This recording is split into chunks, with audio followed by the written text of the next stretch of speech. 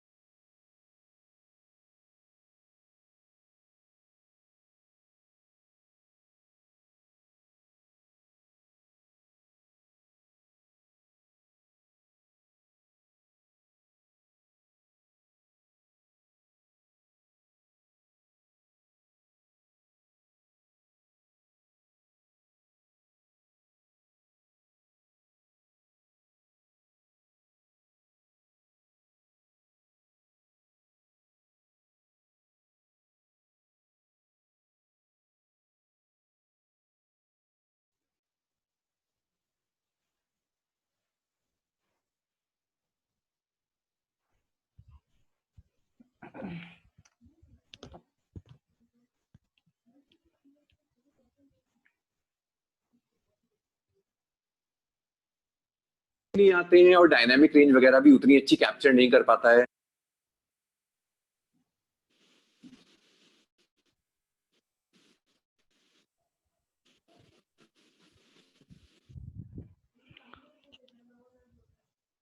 Good morning, all. It is a request to all participants to kindly mute from your side. Okay. And just ping me whether I am audible to you. Okay, through a chat. Yes, Neha, just ping me through a chat. Tushar also. Tushar, kindly ping me through a chat whether I am audible to you. So we will start the meeting.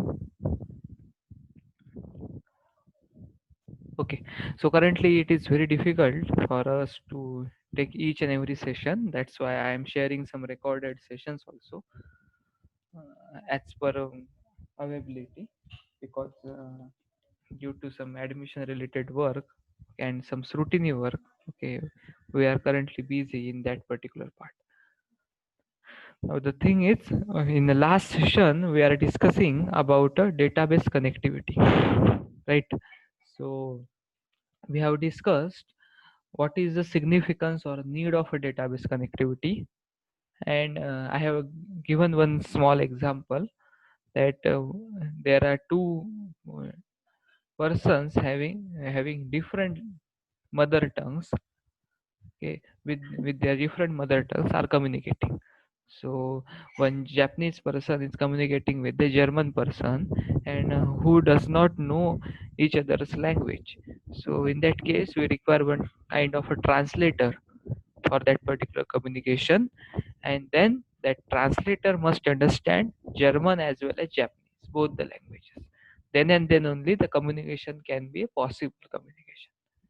So we require a translator. So in real world, for heterogeneous communication or heterogeneous language communication, we require a translator who understands both type of languages, right? Similarly, in our software programs or in a software system, we have to do some database connectivity also. Okay, what is the need of database? What is the need of table? You have better know. Okay, because in a semester 3, you are having a separate course of database system, database management system, right? So database management system are very important in this particular current world, and if you are using some software programming language, it can be a Java, it can be a .NET or some other programming language. For a backend to store your data, you require some database, It can be open source or it can be a licensed version. There are different types of databases are available in the market.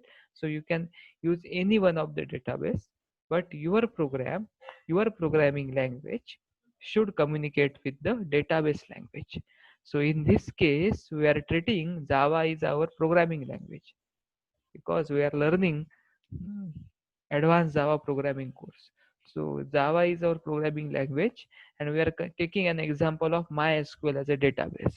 So our programming language must communicate with the MySQL, right? So MySQL is an open source database platform given by the MySQL organization itself, whereas currently Java is a platform given by Oracle. So these are two different or heterogeneous systems, and these two systems must communicate. In case of any programming language or in case of any object oriented programming language like Java, it totally based upon concepts of inheritance, polymorphisms, and all other things. For database system, if you are considering MySQL as a database, it does not understand what is inheritance, what is polymorphism, and all other things. Database system only understands structured query language, right? It does do not understand what is inheritance, polymorphism, exception handling, and so on. So these concepts are unknown for any database system. So we are using programming languages Java.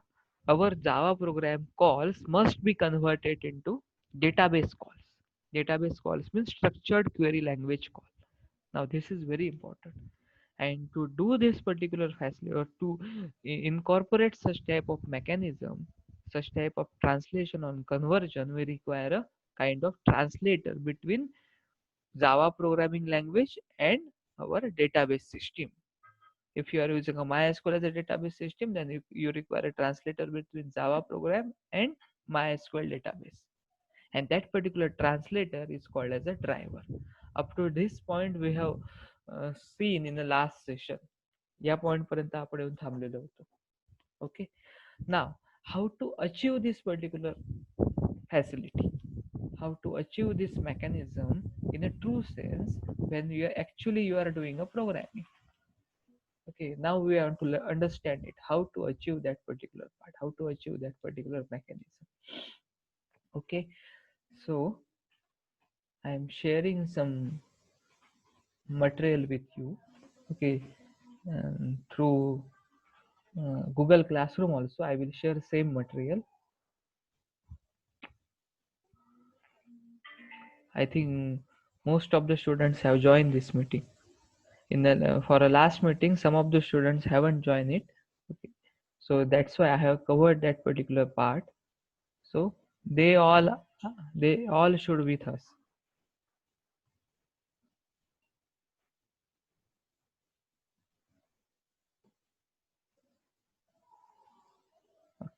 I will share this material with you, no problem. So now I am sharing a screen.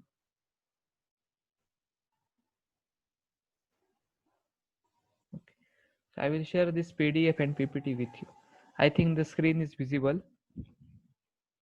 Yes. Can you just check? Can you just confirm it? Yes, Onkar Lad. Can you confirm whether my screen is visible to you or not? Through a chat itself, you can confirm it.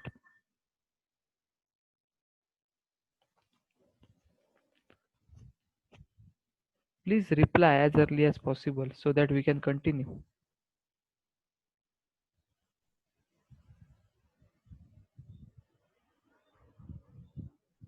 Okay, so screen is visible, no problem. So now we have to first understand the architecture of JDBC. Before going to this particular part, before going to a translator, we are first understand what is the architecture of JDBC. Now JDBC is a acronym of Java Database Connectivity. JDBC is an acronym of Java Database Connectivity. Okay, you can note it down in your notebook. So Java Database Connectivity is nothing but a JDBC. Then we have to understand types of JDBC drivers which are available. Then we have to understand steps to connect with the database. And then we have to understand what are the types of statement and what is JDBC data source. So we go one by one so that everything is understood to so everything is understood. Okay.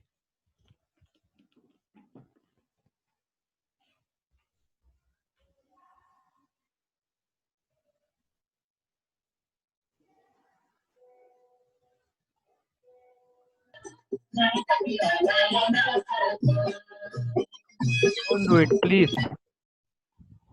Mute from your side. Okay. So first is the JDBC, and JDBC is acronym for Java Database Connectivity. And initially it is given by the Sun Microsystem, but now it is a trademark of Oracle Corporation.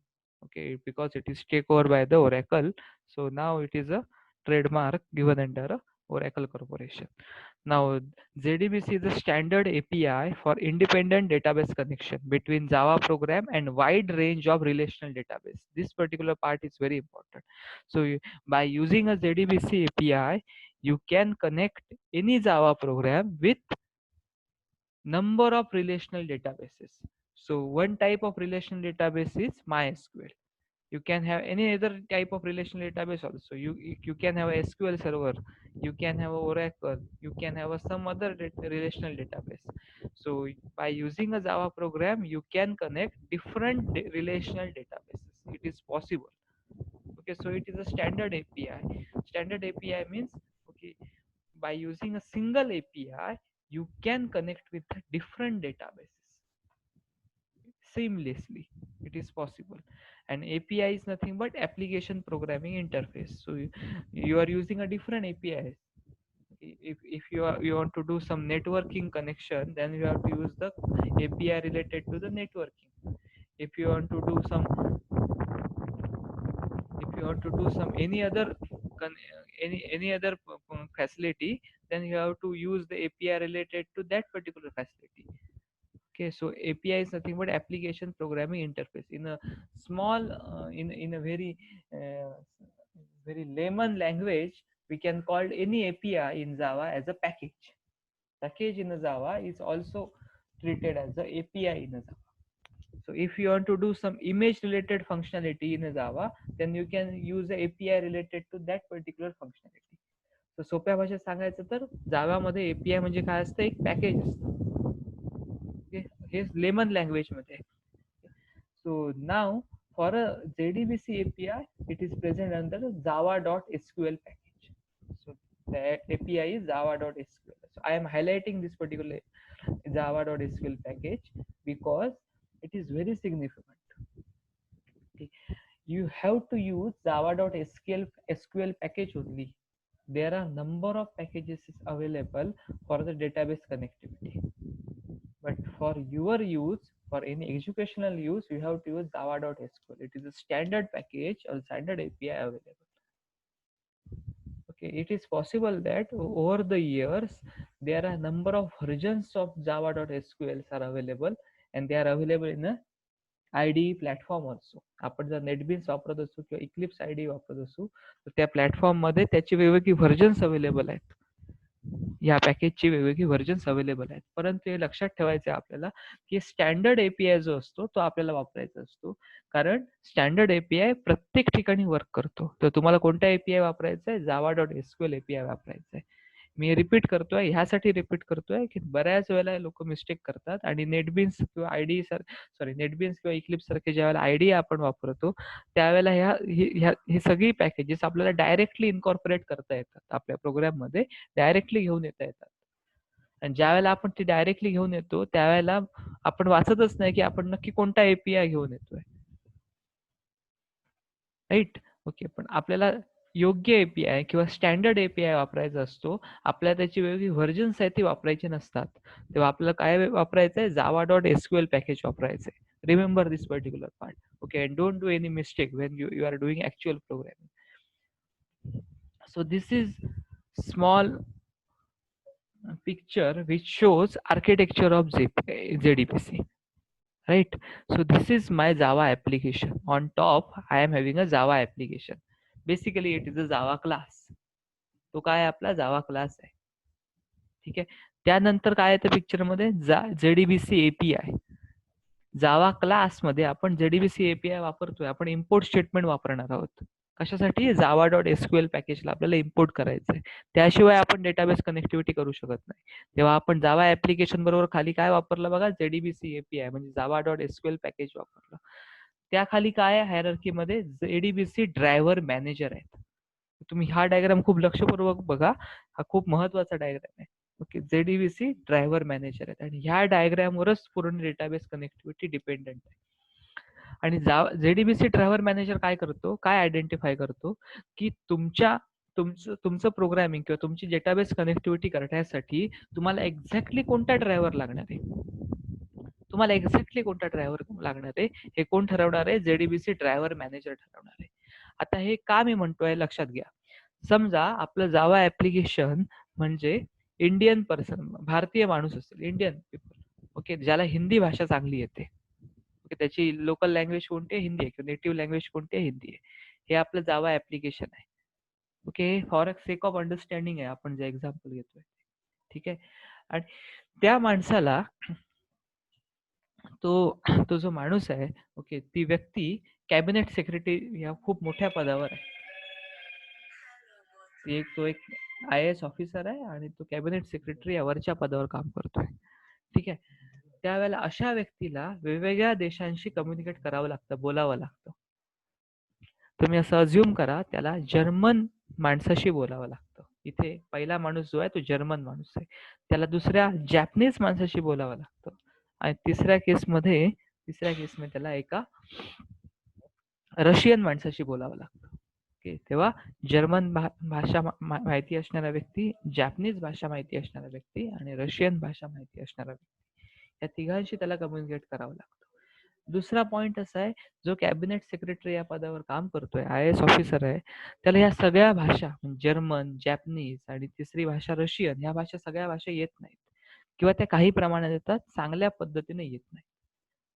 ठीक आहे. ह्या त्याच्या limitations आहेत. जरुरी नाही तो IAS officer असेल, ती व्यक्ती IAS ऑफिसर असेल म्हणून त्याला सगळ्या भाषा आल्याच पाहिजेत. त्याला भारतातल्या भाषा येणं अपेक्षित आहे, पण भारताबाहेरच्या भाषा त्याला यायलाच पाहिजे. तसं कुठेही आपण त्याच्यावर बंधन नाही. तो त्याच्या बेसिसवर IAS ऑफिसर झालेला नाही. तो या बेसिसवर IAS ऑफिसर झालेला आहे ती व्यक्ती, की त्याच्याकडे कॅलिबर आहे. ठीक आहे. तेव्हा एवढ्या वरच्या पदावर काम करणाऱ्या माणसाला वेगवेगळ्या भाषेच्या माणसांवर बोलायचं आहे. रिव्हर्स केसमध्ये हे जे जर्मन, जॅपनीज आणि रशियन भाषा माहिती असणाऱ्या ज्या व्यक्ती आहेत किंवा दुसऱ्या देशातील व्यक्ती आहेत, त्यांना हिंदी भाषा येत नाही. त्यामुळे कम्युनिकेशन बॉटलनेक आहे आपल्याकडे आता. ठीक आहे.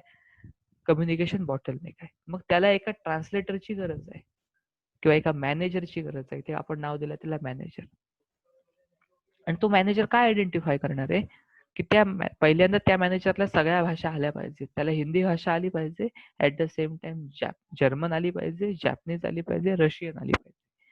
आणि त्यानंतर तो डिसाईड करणार आहे की हिंदी भाषिक आपल्या अधिकाऱ्याला, कॅबिनेट सेक्रेटरी पदावर असलेल्या अधिकाऱ्याला, कारण हा आपल्याकडचा माणूस आहे, भारतीय माणूस आहे, अधिकाऱ्याला नक्की, किंवा तुम्ही असेही विचार करू शकता, हा बाहेरच्या देशातील माणूस आहे पण त्याला हिंदी भाषा येते, आपण ह्याला ट्रान्सलेटर म्हणूया, बेटर केस. तो कुठल्या देशाचा नागरिक आहे तितकंसं महत्वाचं नाही. ठीक आहे. तो कदाचित बाहेरच्या देशाचा नागरिकही असू शकेल, परंतु त्याला ह्या चारही भाषा येतात. जर्मन येते, जॅपनीज येते, रशियन येते आणि हिंदी पण येते. महत्वाची गोष्ट अशी आहे की याला चारही भाषा येतात आणि तो आपल्यासाठी ट्रान्सलेटर म्हणून काम करतो. मग ज्या वेळेला हिंदी भाषिक कॅबिनेट सेक्रेटरीला जर्मन माणसाशी बोलायचं असेल, तेव्हा ह्या ट्रान्सलेटरने आयडेंटिफाय केलं पाहिजे की कोणत्या पद्धतीने मी ट्रान्सलेट करायचं आहे. म्हणजे मला कोणत्या पद्धतीने हिंदी मधून आपल्याला जर्मन मध्ये ट्रान्सलेशन करायचं आहे. ह्या वेळेला त्याने काय आयडेंटिफाय केलं पाहिजे, हिंदी मधून त्याला जॅपनीज मध्ये ट्रान्सलेट करायचंय आणि ह्या वेळेला हिंदी मधून त्याला रशियन लँग्वेज मध्ये ट्रान्सलेट करायचंय. त्यांची जी काय भाषा असेल, लोकल लँग्वेज असेल, त्या देशाची जी काय भाषा असेल, मदर टंग असेल, त्यामध्ये ट्रान्सलेट करायचंय. तेव्हा जेडीबीसी ड्रायव्हर मॅनेजरचा रोल खूप महत्वाचा आहे. त्याला आधी आयडेंटिफाय करावं लागतं की नक्की कम्युनिकेशन कोणामध्ये चाललंय आणि त्या भाषा कोणत्या आहेत, लँग्वेजेस कोणत्या आहेत. ह्या केसमध्ये पण तेच आहे. जावा ऍप्लिकेशनला ओरॅकल डेटाबेसशी जर बोलायचं असेल तर कोणता ड्रायव्हर लागेल हे कोण ठरवतोय? जेडीबीसी ड्रायव्हर मॅनेजर ठरवतोय आणि कम्युनिकेशन करतोय. सिमिलरली जावा ऍप्लिकेशनला एसक्यूएल डेटाबेस बरोबर काम करायचं असेल तर कोणता ड्रायव्हर लागणार आहे? कारण ओरॅकल कॉर्पोरेशन ही वेगळी कंपनी आहे, एसक्यूएल सर्व्हर बनवणारी कंपनी वेगळी आहे. ठीक आहे, त्याचे सिमॅन्टिक्स काही प्रमाणात वेगळे असणार आहेत. सिमिलरली अजून कोणता डेटाबेस वापरायचा असेल, ओडीबीसी डेटा सोर्स वापरायचा असेल किंवा अजून माय एसक्यूएल वापरायचं असेल, ओके डेटाबेसच आपण कन्सिडर करू, इथे माय एसक्यूएल डेटाबेस वापरायचा असेल तर ड्रायव्हर मॅनेजरला डिसाईड केलं पाहिजे की कोणता डेटाबेस ड्रायव्हर लागणार आहे, जेडीबीसी ड्रायव्हर लागणार आहे. म्हणून हे आर्किटेक्चर दाखवलं आहे. Okay, the picture is very meaningful. Okay, the picture and shows that our Java application can communicate with different types of databases or heterogeneous databases with the help of their respective JDBC driver by using JDBC driver manager. JDBC driver मॅनेजरचा वापर करून आपलं Java application वेगवेगळ्या database बरोबर बोलू शकतो, कारण प्रत्येक डेटाबेस बरोबर त्याचा असोसिएटेड काय असतो? ड्रायव्हर असतो. ओके, त्याचा वापर करून आपण त्याच्याशी बोलू शकतो. आपण डायरेक्टली बोलत नाही. आपण जावा ऍप्लिकेशन असू तर कोण बोलतंय? आपला ड्रायव्हर मॅनेजर ते काम करून देतो आपल्यासाठी, आणि त्यासाठी आपल्याला जावा डॉट एसक्यूएल पॅकेज वापरावं लागतं. नाव the idea is clear with you. Okay, what is actual translation in case of software program. आता इथे ट्रान्सलेशन म्हणजे कोणती व्यक्ती येणार नाहीये, इथे ट्रान्सलेशन म्हणजे एक सॉफ्टवेअरच असणार. हे खूप महत्वाचं आहे. मी आतापर्यंत जेव्हा एक्झाम्पल घेतलंय तेव्हा हिंदी भाषिक व्यक्ती जर्मन माणसाशी बोलतोय असं मी एक्झाम्पल घेतलं, त्यावेळेला म्हटलं की एक ट्रान्सलेटर असणार आहे, मग ती व्यक्ती असणार आहे असं आपण रिअल वर्ल्ड मध्ये अज्युम केलंय. पण सॉफ्टवेअर मध्ये ती कोणती व्यक्ती नाहीये, ते काय एक प्रकारचं सॉफ्टवेअरच आहे की जे सॉफ्टवेअर आपल्याला कम्युनिकेशन करून देणार आहे. आणि त्या सॉफ्टवेअरला आपण काय म्हणतो? ड्रायव्हर म्हणतो. खूप महत्वाची गोष्ट, त्या सॉफ्टवेअरला काय म्हणतो? ड्रायव्हर म्हणतो. आणि त्या ड्रायव्हरला मॅनेज करण्यासाठी पण अजून एक पार्ट असतो, त्याला ड्रायव्हर मॅनेजर म्हणतात. त्याला काय म्हणतात? ड्रायव्हर मॅनेजर म्हणतात. आता महत्वाची गोष्ट, ड्रायव्हर आपल्याला कोण अवेलेबल करून देतं आणि ड्रायव्हर मॅनेजर कोण अवेलेबल करून देतं? ओके, ह्याच्यावर आपण डिस्कशन करू. ओके, जे ऑर्गनायझेशन डेटाबेस बनवून देतं तेच ऑर्गनायझेशन आपल्याला त्याचा ड्रायव्हर बनवून देतं. That is very important. म्हणजे आता जर ओरॅकलचा डेटाबेस आपण वापरत असू तर ड्रायव्हर कोण देणार आहे आपल्याला? ओरॅकल. माय एसक्यूएलचा डेटाबेस वापरत असू तर कोण देणार आहे आपल्याला ड्रायव्हर? माय एसक्यूएल देणार आहे. मग मला जर माय एसक्यूएल डेटाबेस वापरायचा असेल तर त्याचा रिस्पेक्टिव्ह ड्रायव्हर मी कुठून मिळवणार आहे? माय एसक्यूएल डेटाबेसची जी ऑफिशियल साईट आहे त्याच्यावरून मिळवणार आहे. ऑफिशियल साईटवरून मिळवायचा ड्रायव्हर कधी? तो फ्रीली अवेलेबल असतो. सिमिलरली मला जर एसक्यूएल सर्व्हर वापरायचा असेल तर त्याचा ड्रायव्हर कोण देत आहे मला? डेटाबेस कंपनी देते, डेटाबेस ऑर्गनायझेशन देते. तेव्हा पहिला पार्ट क्लिअर झाला. रिस्पेक्टिव्ह ड्रायव्हर कोड मिळवून देतो, रिस्पेक्टिव्ह जेडीबीसी ड्रायव्हर कोड मिळवून देतो, हा पार्ट क्लिअर झाला. दुसरा पार्ट असा आहे की मग ड्रायव्हर मॅनेजर कोण देतं आपल्याला? ड्रायव्हर मॅनेजर हे जेडीबीसी एपीआय देतो. कोण देतो आपल्याला? जेडीबीसी एपीआय आपल्याला ड्रायव्हर मॅनेजर देतो. ओके, म्हणजे जेडीबीसी एपीआय मध्ये वेगवेगळ्या ड्रायव्हर बरोबर काम करण्यासाठी किंवा वेगवेगळ्या ड्रायव्हर्सना मॅनेज करण्यासाठी जे काय करावं लागतं ते सगळं जेडीबीसी एपीआय मध्ये आहे. थोडक्यात जावा डॉट एसक्यूएल पॅकेज मध्ये आहे. बरोबर ना? ओके, जावा डॉट एसक्यूएल पॅकेज मध्ये ह्या सगळ्या गोष्टी केलेल्या आहेत. आणि जावा डॉट एसक्यूएल पॅकेज मध्ये आपल्याकडे ड्रायव्हर मॅनेजर नावाची गोष्ट दिली आहे. आणि या ड्रायव्हर मॅनेजरचा वापर करून आपण वेगवेगळ्या ड्रायव्हरना काय करू शकतो? मॅनेज करू शकतो. कारण पर्टिक्युलर इन्स्टंट ऑफ टाइमला आपल्या ऍप्लिकेशनला एकाच डेटाबेसवर बोलायचं असणार आहे. ओके, समजा तुम्ही सकाळी 10 वाजता ऍप्लिकेशन तयार करताय, बिल्ड करताय, त्यावेळेला तुम्हाला एका टाईपच्या डेटाबेसवर बोलायचं आहे. मी समजा माय एसक्यूएलशी कनेक्ट करते तर माय एसक्यूएल डेटाबेसशी बोलायचं आहे, माय एसक्यूएल ड्रायव्हर बरोबर कनेक्ट व्हायचं आहे, म्हणजेच माय एसक्यूएल ड्रायव्हरला काय करायचंय? मॅनेज करायचंय. You have to manage it. Okay, त्यासाठीच्या सगळ्या गोष्टी केल्या पाहिजेत. आणि हे कुठे अवेलेबल आहे? आपल्याकडे ड्रायव्हर मॅनेजर नावाच्या गोष्टीमध्ये अवेलेबल आहे. आणि ड्रायव्हर मॅनेजर कुठे आहे? आपल्या जावा डॉट एसक्यूएल पॅकेज मध्ये. म्हणून आपल्याला Java dot SQL package import करावं लागतं. Hence we have to import it. Okay, hence we are saying that we are using JDBC API. We are using JDBC API means we are actually importing java.sql package. Now the idea is clear. So now there are different types of JDBC drivers. Type 1 to type 4. Now the names are given here. Type 1 is a ZDBC ODBC bridge driver. This is a very basic driver. Okay. Now in current scenario, we are not using ZDBC ODBC, but initially 10 to 15 years back, we are actually using ZDBC ODBC bridge driver. Next type of driver is that is native API partly Java driver. Okay, from the name you can easily identify native API partly. Partly means okay, some part is given under a Java framework, partly Java driver or database driver. Type 3 is net protocols with all Java driver, and the last one is the native protocols all Java drivers. We will see each and every types one by one because in our MCQ, okay, sorry, in your online examination, we are having questions on types of ZDBC drivers. You have to identify which type of ZDBC driver it is in given scenario, okay, and then accordingly we have to design it. So before going to types of ZDBC driver, we first understand what are the steps to connect our Java program with the database. आता steps कोणत्या आहेत ज्याचा वापर करून आपला Java program डेटाबेसशी connect होणार आहे. त्या स्टेप्स कोणत्या आहेत ते आधी बघू आपण. नंतर आपण कोणता ड्रायव्हर वापरायचा, त्याचे टाइप्स काय आहेत त्याच्याबद्दल डिस्कशन करू. ठीक आहे. आपल्याला एका सेशन मध्ये संपवता येणार नाही, आपल्याला अजून 1-2 सेशन यासाठी घ्यावी लागतील. ठीक आहे. We go slowly because this is a very new topic for you. So we first understand how to connect our program with the database, right? So these are the steps. There are 6 steps which are given. The first one is the define the connection URL. Now from the first step, it is very easy, very evident for you. URL means unique resource locator. Define the connection URL means okay, you have to give the address of your database. तुम्हाला काय करायचं आहे, तुमच्या डेटाबेसचा address द्यायचा आहे. तुमचा database कुठे ना कुठे तुम्ही लोकेट केलाय, तुमच्या सिस्टीमवर कुठेतरी दिलेला आहे किंवा आपल्या सर्व्हरवर डेटाबेस आहे.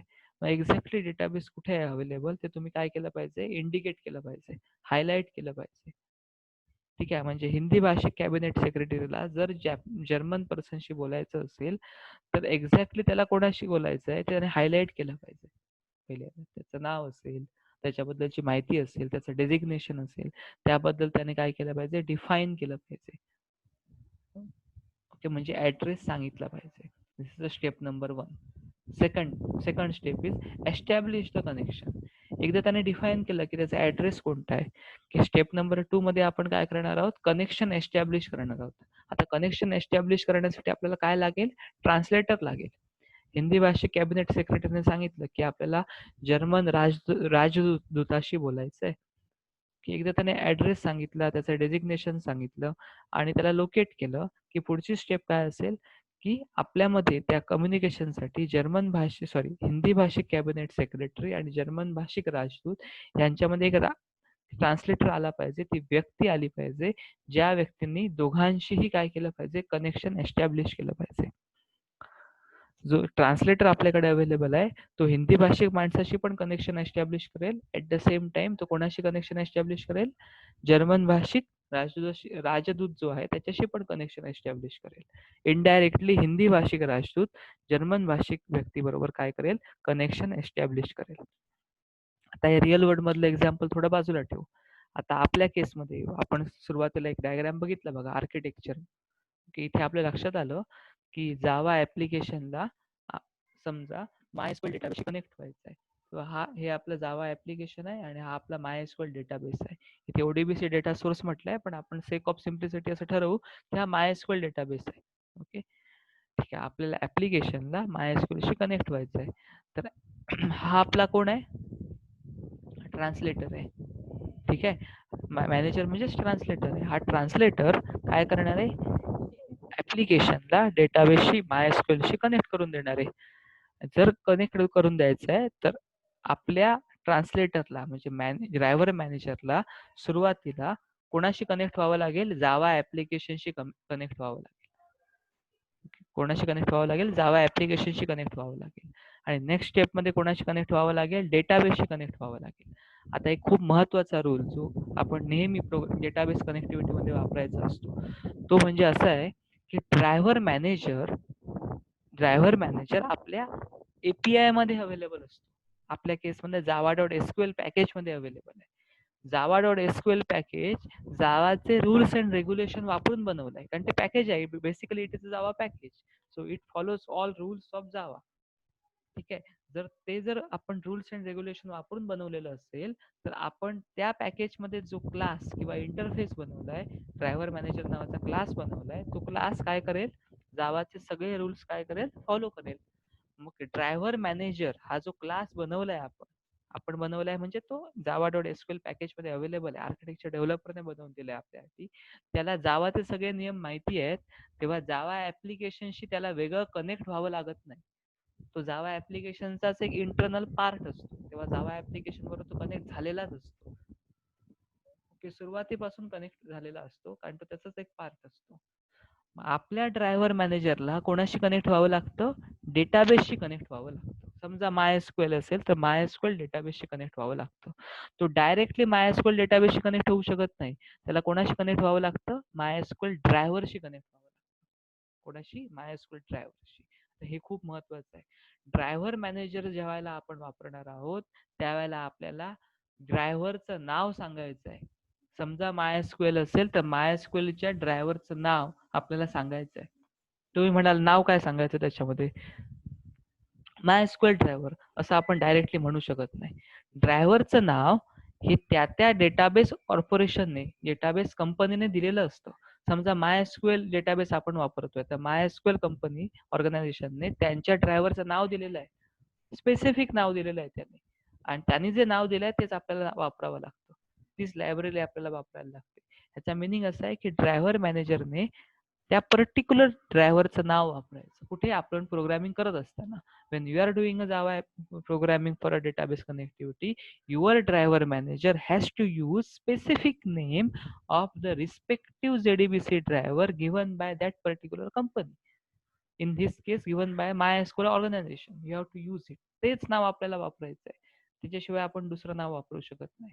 तेव्हा आता महत्वाचा पॉईंट, ड्रायव्हर मॅनेजरला ऍप्लिकेशनशी वेगळं कनेक्ट व्हावं लागत नाही, तो ऑलरेडी कनेक्टेड असतो. ड्रायव्हर मॅनेजरला डेटाबेसशी कनेक्ट व्हावं लागतं, आणि ड्रायव्हर मॅनेजरला डेटाबेसशी कनेक्ट होण्यासाठी ड्रायव्हरचं नाव, योग्य नाव त्याला माहिती असणे आवश्यक असतं, तरच तो कनेक्ट होऊ शकतो. तेव्हा आता महत्वाची गोष्ट, एस्टॅब्लिश्ड कनेक्शन ज्यावेळेला आपण स्टेप बघतो, त्यावेळेला आपल्याला ऍक्च्युअल काय करायचं आहे, दोन्ही ठिकाणी एस्टॅब्लिश करायचं आहे कनेक्शन.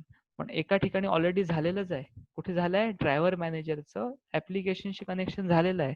तेव्हा ड्रायव्हर मॅनेजरचं कनेक्शन आपल्याला डेटाबेस बरोबर करायचं आहे, ड्रायव्हर त्या डेटाबेसच्या ड्रायव्हरचं नाव वापरून, जे आपण करतो आहोत. So second step is over. Exactly कसं लिहायचं आपण प्रोग्राम मध्ये पुढच्या सेशन मध्ये बघू. Next step is create the statement. Create the statement म्हणजे आता कम्युनिकेशन करण्यासाठी आपण काय, कोणते ना कोणतं काय करणार आहोत, स्टेटमेंट्स वापरणार आहोत, म्हणजे आता बोलणार आहोत आपण actually. Okay, so that is the third step, that is a create the statement. Next step is execute a query. Execute a query म्हणजे आपल्याला जे काय रिट्रीव्ह करायचं आहे, डेटा मिळवायचा असेल किंवा डेटा स्टोअर करायचा असेल, डेटा मिळवण्यासाठी आपण काय करणार आहोत, सिलेक्ट क्वेरी वापरणार आहोत. डेटा स्टोअर करण्यासाठी इन्सर्ट, अपडेट अशा क्वेरी वापरणार आहोत. सो एक्झिक्यूट अ क्वेरी, जे काय आपल्याला ऑपरेशन करायचं आहे ते SQL क्वेरीच्या सहाय्याने परफॉर्म करायचं आहे. Then process the results. Process the results म्हणजे समजा आपण रिट्रीव्ह केला असेल डेटा, तर त्याच्यावर जे काय प्रोसेसिंग करायचं आहे ते आपण करू शकतो. So process the results. And the last is the close the connection. This is very important. Okay, ज्या वेळेला आपलं काम संपतं, आपलं प्रोसेसिंग संपतं, डेटाबेस वरचं काम संपतं, त्यावेळेला आपल्याला काय करायचं आहे, आपल्याला कनेक्शन क्लोज करायचं आहे. ज्यासाठी आपण कनेक्शन एस्टॅब्लिश केलं होतं ते कनेक्शन क्लोज करायचं आहे. थोडक्यात हिंदी भाषिक कॅबिनेट सेक्रेटरीने जर कम्युनिकेशन एस्टॅब्लिश केलं असेल, तर शेवटी त्याने okay bye, okay have a nice day, आणि आपलं कनेक्शन काय करायचं, संपवायचं आहे, थांबवायचं आहे. Okay, that is very important. Okay, so all 6 steps are very important. In the next session we will see it how to programmatically perform these steps, and we also see how to use the JDBC database, sorry, and different types of JDBC drivers. Okay, as Zoom meeting is having only 40 minutes time, so we will stop here. Okay, have a nice day. If you have any query, then in the next session we will take 5 minutes, okay, to solve some queries. Okay, so happy learning. You can just visit the Google Classroom because I am sharing some PDFs. Okay, so just go through it. Okay, thank you. Happy learning. Stay home, stay safe.